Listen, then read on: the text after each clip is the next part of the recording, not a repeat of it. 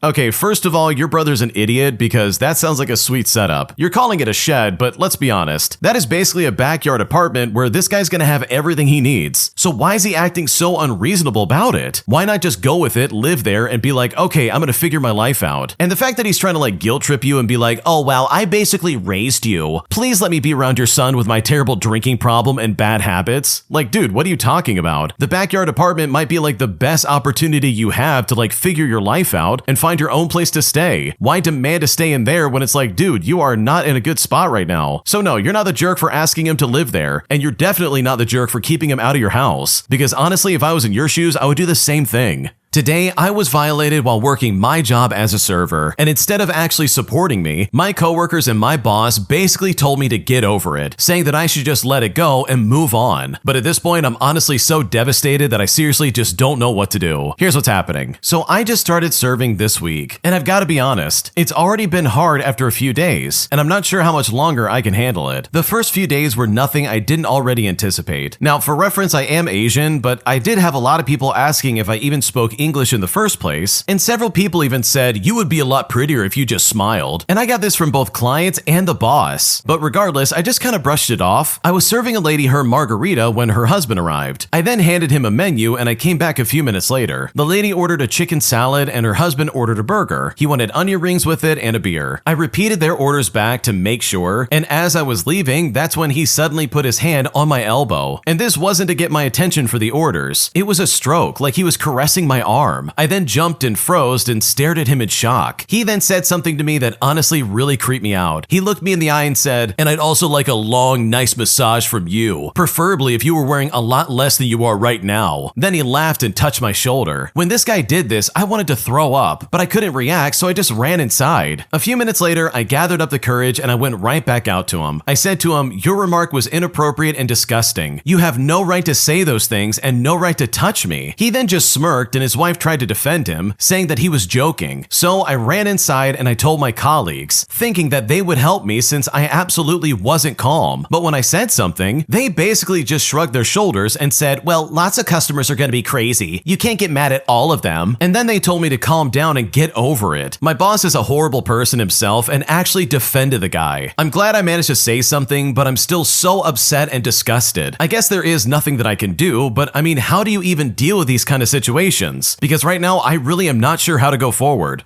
Okay, first and foremost, I would be quitting that job and filing some kind of police report if I was in that kind of situation. I don't care for a second. No server should ever have to deal with that. And the fact that your boss and your coworkers are like, "Oh, get over it. It's not that big of a deal." Like, holy crap, yes, it is a big deal. That man had no right to touch you like that. It's those kind of moments where you're like, man, I hope there's cameras of some kind, because crap like that absolutely should not fly in my opinion. So yeah, I think you can find a much better job than this, and you do not need this garbage in the slightest. My entitled boss tried to force me to be the events planner of my office simply because I'm a woman, saying that I'm more organized than everybody else and that I should be the one to do it. But despite the fact that I literally am not required to do this based on my job description, and the fact that I wasn't going to be paid extra for this free labor, I decided to turn them down, resulting in my boss and human resources chewing me out. And at this point, I really am not sure what to do. Here's what's going on. Okay, so I was hired as a data analyst last month, where I work for this small tech company that's basically like a hybrid. My plate is really full. I've got dashboards, a messy migration, late night pager once a week, etc. Well, last month, Human Resources rolled out a culture initiative, which is basically a spreadsheet of duties like birthday cupcakes, snack restock, welcome baskets, and planning surprise birthday parties, as well as taking notes during meetings so managers can be more present, and all that soft glue that keeps everything together. But the thing is, I didn't sign up for this. I was in a client call. The next day, I get some messages saying, "Oh, congrats, you're now the lead for Q1 morale. Please pick a co-lead to help you out." Now, my name was already typed in bold. Apparently, someone said I had good vibes because I bring muffins sometimes, but those muffins are from Costco. Not to mention they were for my team because we were having a rough patch for a while there. Now, I replied by saying thanks, but no, I was not asked and this is not my job class. But Human Resources wrote back. They said to me, "It is everyone's job to build community, and we need women to lead because we listen better." And honestly, when I heard that, that really made my skin crawl. I said again, I will join events, but I will not plan them. Well, my manager then chimed in and said that we should be team members, but also admitted my objectives are behind and he needs me on the migration. Meanwhile, people started sending me requests, like a developer asking if I can restock energy drinks with zero sugar, and a director told me to schedule a baby shower at 3:00 p.m. on sprint review day. Well, eventually I just stopped answering, and Human Resources created a group chat called Morale with me as the owner. But guess what? I left the chat. But then yesterday, Human Resources pulled me into a video call with a slide deck about how culture work is undervalued, which I completely agree with. But that means you pay people or adjust load, not secretly assign women. I said that if they want an actual coordinator role, post it and I will even help write the request. But I am not free labor simply because I smile and I print stickers straight. And now I'm getting side eyes from everybody. And someone said that I destroyed the vibe in the office, which is wild because our vibe lately is like 3 outages and lukewarm pizza. My manager told me to write it up for Human Resources formally, so I did exactly that, including the gendered comment. Human Resources is disappointed and says that they will reevaluate the process, but a few coworkers think I made drama for nothing. So seriously, am I in the wrong here? Did I make a mistake here for not wanting to be some unpaid like morale lead? Because right now I don't know if I made a mistake. Okay, first off, no, you are not the wrong, and honestly, you made the right decision. This is insane that they expect you to take up this crap on top of all the other stuff you're doing. Not to mention the fact that they literally put you in this role because you're a woman. And they even admitted that to your face. Like, what is going on right now, dude? This is some like grade A sexism if you ask me. The fact that they thought this was okay and somehow was gonna be like, oh yeah, you're gonna do this. You're gonna be good at this because you're a woman. You could do it. Like, that's crazy in my opinion. What's going on right now? Because the original poster's right, dude. This is not in their job description. You're not going to take time out of your day to do this crap. Literally, hire someone for that specifically, or if you really want me to do that, increase my pay and then we can talk about like whether or not I want to do this. But to just add like extra work and free labor on top of what you're already doing, that is crazy and completely uncalled for. So no, you are not at fault, and honestly, this is incredibly inappropriate. And in my opinion, anyone who's actually criticizing you over this really needs to get off their butt and step up and do it themselves, because expecting you to do it simply because you're a woman is just absolutely toxic and so uncalled for. If you like Am I the Jerk, you're probably going to love Am I the Genius. Check it out, link down below in the description. Also, go to amithejerk.com/submit if you would like to submit your own stories. Am I the jerk for assuming and only sending money for my half of dinner after my sister and I went out to get something on her birthday weekend? Because right now she's almost demanding that I pay for the whole thing, despite the fact that she literally never asked me to do that in the first place, putting me in a situation that is honestly incredibly awkward. Here's what's going on. Okay, this is so silly, but I really need an outside opinion. My sister and I pick up food together very often. Most times we order and pay for our own food because the order is placed through an app or it's like placed online. Sometimes one person pays and the other sends their money. My sister's birthday is Monday, and she actually got an email promotion from a restaurant for a BOGO deal. She sent me a screenshot of the email with a message, hey, do you want to have dinner? And I agreed, and we went to the restaurant when I got off work. We were getting it to go, so we paid first. My sister was handling everything as she had the offer, and when the employee told her the price, I asked how much and began to get my card out of my purse. My sister ended up doing tap to pay from her phone before I got it out, so I just went ahead and sent my half over to her. A couple minutes later, she says to me, you only sent like half of it, and I asked her again what the total was in case I had heard wrong the first time. She then said the same number, and I just replied by saying, well, I sent the amount that's my half. But her response was to say, it's my birthday, why aren't you paying for the whole thing? When she said this, I was taken aback. I mean, I definitely would have paid for it if I got my card out first, and I wouldn't have like requested for her to pay me back. But in my mind, since she took it upon herself to pay first, I guess I assumed that we were splitting it. She also never said anything about it being my treat. Her message literally only said, you want to go to dinner? We have a weekend full of plans for her birthday in which I will be spending way more than the price that meal was. I've also already gotten us car service for this weekend and someone to style her hair at no cost to her. So I think it's silly for her to make a big deal about this. I don't know, I could have just paid, but I think it's crazy to assume that I was going to, even if it is your birthday. I don't know, maybe I'm wrong. So am I the jerk for only sending my half? Because right now I'm kind of confused. No, this is kind of weird. I think if your sister really wanted you to pay for dinner, she should have said something like, hey, can you buy me dinner as like part of my birthday gift? And just like any other reasonable person, I'm pretty sure you would have been like, yeah, I could totally do that. Like, that's what I would have done. I would have been completely fine with that. But for her to sit there and be like, it's my birthday, you have to pay for it, which is only after she paid for it with her card before allowing you to do anything, like that is kind of weird and a little entitled in my opinion, especially considering all the stuff you're already doing for the weekend for her birthday. So no, I don't think you're the jerk, and I think your sister's being just a little bit selfish.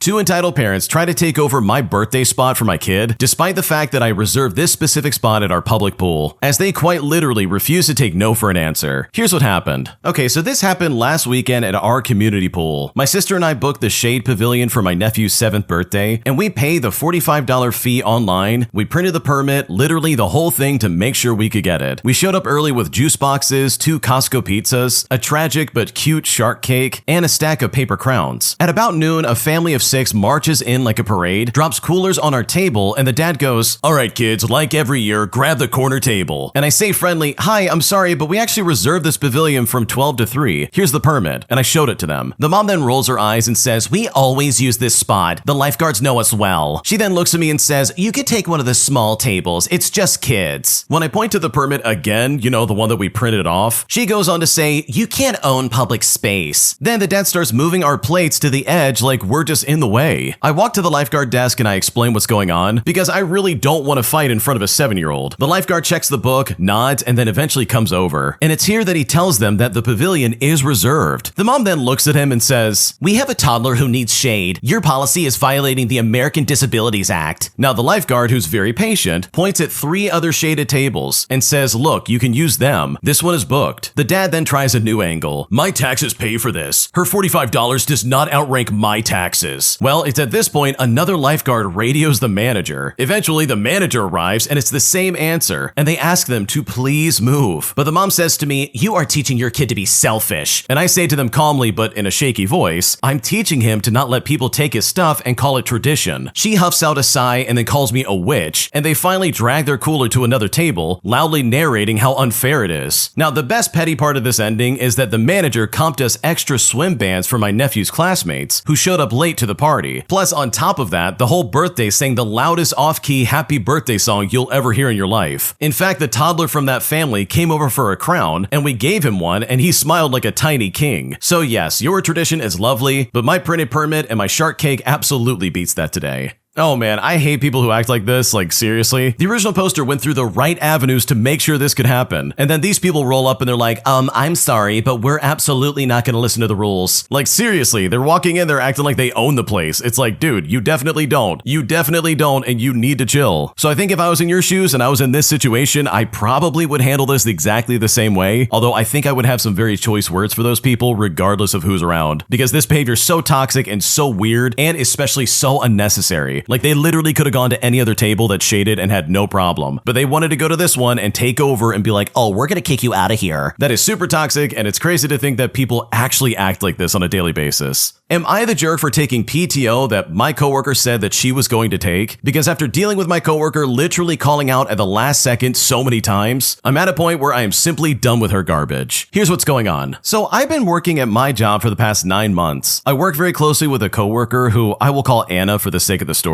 And if she is gone, I have to take over all of her patients as we both work in the healthcare field. At least one of us has to be at work during the week. And although regular hours planned for both of us to be there, in the time that I've been there, this coworker has called in the day of at least 16 times, if not more. This is very difficult as our job moves very quickly and it creates double the work. Now, I understand that life happens and you get sick. Although I have no proof of this, my coworker has lied about being sick or what she was doing at least a couple of times. In a recent incident, Anna had asked another coworker, who I will call Mary, to come into work to cover for her, but Mary had told her that she could not. And this was a day before Anna was going to be out of work. Anna then told Mary that she would try to come into work that day, but would probably be late. Now, protocol for missing work at our job is to at least inform the people that you work closely with, namely me and our boss. But I was not informed that I would be working by myself until I was told by someone else that morning. This means I had to replan my entire day. There have been many instances where I have to skip lunch and stay about like 2 hours overtime. And this is not normal for my job, and you could get in trouble for it. Anyways, our doctor is going to be gone for 2 weeks around the holidays, except for on Mondays. And my coworker has been saying that she is taking both of the Mondays off. And this means that I cannot take them off. After talking with my boss, she said that Anna did not take off the first Monday in the system, and that I could still take it off if I wanted to. I believe that Anna has not accrued enough PTO to put it on the schedule yet. I mean, days off are first come, first serve. I know that this coworker is also going to visit family, but I don't know what days. I really want to take that Monday off because I never take off of work, and I want to spend time with my family too. So should I retract the day and let Anna have it, or should I keep it and let her figure it out? Because right now I'm honestly really confused. Dude, there's no way on earth I would ever let Anna take that day off. You're telling me 16 times she's called out of work without saying anything first? Like, dude, I would lose my mind if I had a coworker like that, especially if them being there directly affects my job. Like, this lady is literally giving you more work over and over again. She's not being considerate of her coworkers or anything like that, and from the sounds of it, she's pretty much taking advantage of the system. She's not even calling out for legitimate reasons. Like, it really seems like she's just calling out because she wants to and just doesn't want to work. So dude, this is like the perfect revenge if you wanted to take it. Like, I absolutely would do it, and I think in my opinion, you absolutely should as well. Am I the jerk for saying that my coworker should consider weight loss after she literally got stuck in her chair at work? Because right now, everyone's pissed off at me, and at this point, I don't know what to do. Here's what's going on. I want to start off by saying that this is a throwaway account in case I actually am the jerk here, because this whole thing has blown up way more than I expected, and I really don't want it to be tied to my main account. I'm a 29-year-old female, and I work in a small office. There's maybe about 10 people in total, and this is a pretty chill environment. We joke around a lot, and we are all friendly with each other, and one of my closest friends at work is a woman that I will call Sarah. She's a great coworker. She's funny, hardworking, and genuinely a great person. She is, though, also very overweight, but I've never brought it up because I don't think someone's weight is my business unless they ask for my input. Anyways, last week, our office got new chairs. They look nice, but they're honestly not very wide, and when Sarah sat down in hers, the chair made this loud creaking noise, and she kind of laughed awkwardly, and then a few seconds later, she went to stand up and the chair came up with her just a little bit. Like she lifted it a few inches off the ground with it before it fell back down, and she kind of fell back into it. Well, she looked shocked when this happened, and then started trying to push herself up using the armrest, and it was clear that she was pressing down with all of her strength, but she just couldn't get out. Now, at first, I really thought she was joking, but she was really stuck. Well, needless to say, it got awkward really fast. Everyone else kind of froze, not really sure what to do, but I finally said to them, "Hang on, let me help," and I went over to try and give her a hand. I held her arms and I pulled gently, and it took a couple of tries, but she eventually managed to stand up, and when she did, the chair actually stayed stuck to her butt for a second before dropping to the floor and making a loud clunk. Well, she was very bright red when this happened, but she tried to laugh it off and said something like, "Well, I guess I'm too thick for these chairs." Everyone then gave those awkward little half laughs that people do when they don't know what else to say, and then everyone went back to work pretending it just didn't happen. Later that day, during our break, she mentioned that she was going to Human Resources to ask if there were any larger chairs available because those ones clearly aren't made for everyone. Now, at this point, I felt really bad for her. She was clearly embarrassed. Then she said to me, "God, that was so mortifying." I tried to comfort her, and I said, "Hey, don't worry about it. Embarrassing stuff happens. Maybe it's just a sign to focus a bit more on your health, you know?" She immediately said to me, "Wow, thanks," in this really flat tone, and then walked out. And she's barely talked to me ever since then. Another coworker later told me that what I said was insanely rude, and that it was basically fat-shaming her when she was already humiliated. I honestly didn't mean it like that. I meant it as a genuine concern. I mean, she's over 200 pounds overweight, which is clearly unhealthy. I care about her, and I thought maybe if I said it gently, it would come across as supportive. I wasn't trying to insult her. I was just trying to show that I cared. So now I'm sitting here wondering if I'm completely out of touch. From my perspective, I just made a well-intentioned comment at a bad time, but maybe that does make me the jerk. So seriously, am I the jerk for suggesting my friend consider weight loss after she got stuck in a chair in our office multiple times? Because right now I'm honestly not sure what to do.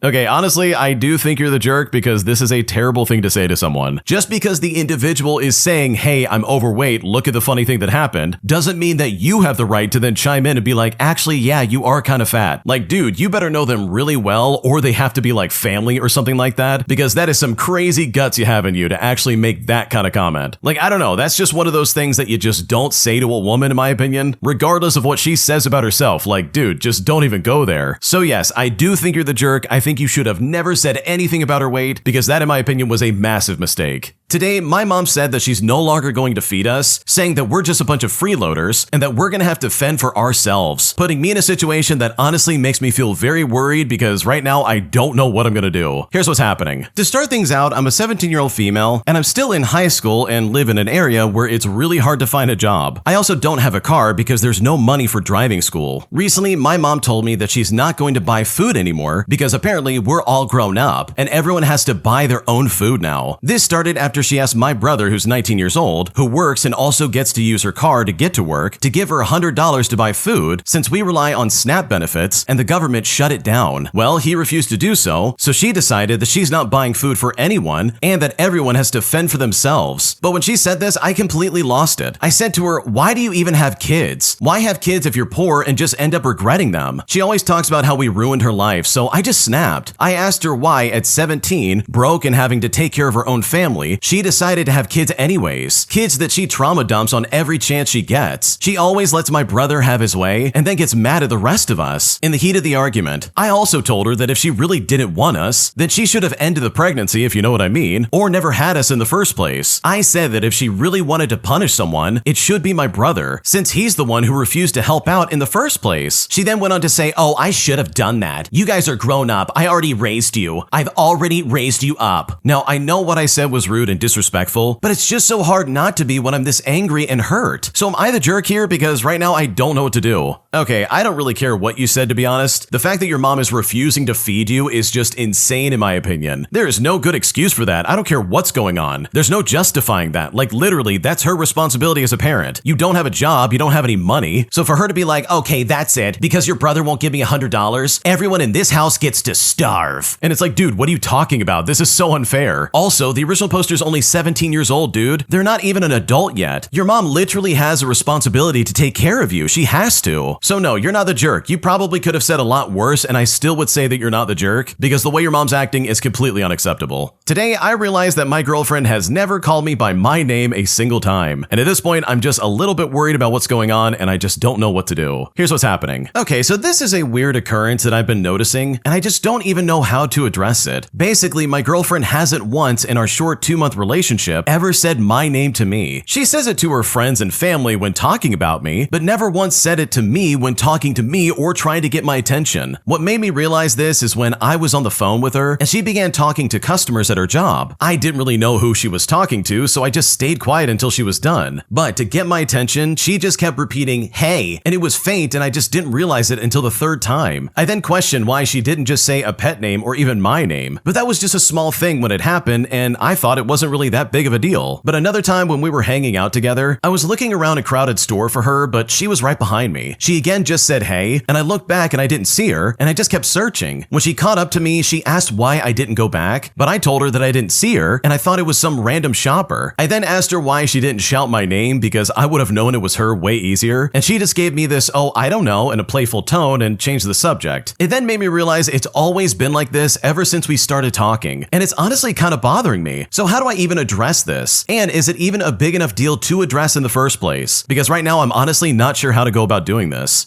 Okay, honestly, I completely understand where you're coming from, and I get that this is kind of weird. Mostly because this is making me reflect on my own relationships in the past, and I'm starting to realize I dealt with the same thing to an extent. Like, in most conversations with my girlfriend, I wouldn't really see her say my actual name. It would mostly be like pet names like "hey babe" or "hey sweetie, come here" or something like that. But if it really is bothering you that much, I don't think there's anything wrong with just talking to her about it. Because at the end of the day, I'm willing to assume this is a much more common dynamic than you think it is, and I really don't think she's trying to throw shade at you or anything like that. I think this is just like one of those things that happens with everybody, but if it's really bothering you, then I would absolutely say something. Today, I snapped at my friend after she jokingly said that I'm only engaged because my fiance settled. But right now, I'm really pissed off and I seriously just don't know what to do. Here's what's going on. Okay, I'm a 30-year-old female and I got engaged 3 months ago to my fiance. My best friend, who I will call Jenna for the sake of the story, has always been a little competitive, but lately she's been extra weird about my engagement. Last weekend, a few of us were out for drinks and one of our mutual friends asked how wedding planning was going. Now, I was mid-sentence when Jenna interrupted me and said to me, "I still can't believe he proposed. Honestly, I thought he was way out of your league." Now, everybody laughed awkwardly and I tried to laugh too, but honestly, I felt really humiliated. Then she added on by saying, "I mean, no shade. You got lucky. Some guys settle down once they realize perfection isn't real." And when she said this, I froze. Then later that night, I told her that comment was mean. And she just rolled her eyes and said to me, "Oh, you're too sensitive. You can't take a joke." But I told her that real friends don't make jokes that sting like that. And then I decided to leave early. She's been telling people that I ruined the night over nothing, and honestly, I feel really frustrated. So did I overreact here, or am I just a little bit justified? Because right now I'm really pissed off. Oh my gosh, this is really upsetting because holy crap, no, you are not the jerk. Dude, your friend is literally sitting there trying to be like, you're not good enough for your husband. And that is crazy in my opinion. Like, what is she talking about? Because yes, you absolutely are good enough for your husband. You have every right to get married to this guy. Who's she to say what you can and can't do? Like, what's going on right now? What a stupid and ignorant thing to say, especially from a friend, dude. Like, what's going on? So no, you're definitely not the jerk. It is crazy that she thinks this is okay and that you're being too sensitive and you can't take a joke. Because what she's saying is not someone who, in my opinion, would ever be a real friend. Because if anything, it kind of seems like she's your enemy, and that I think is a very important indicator moving forward.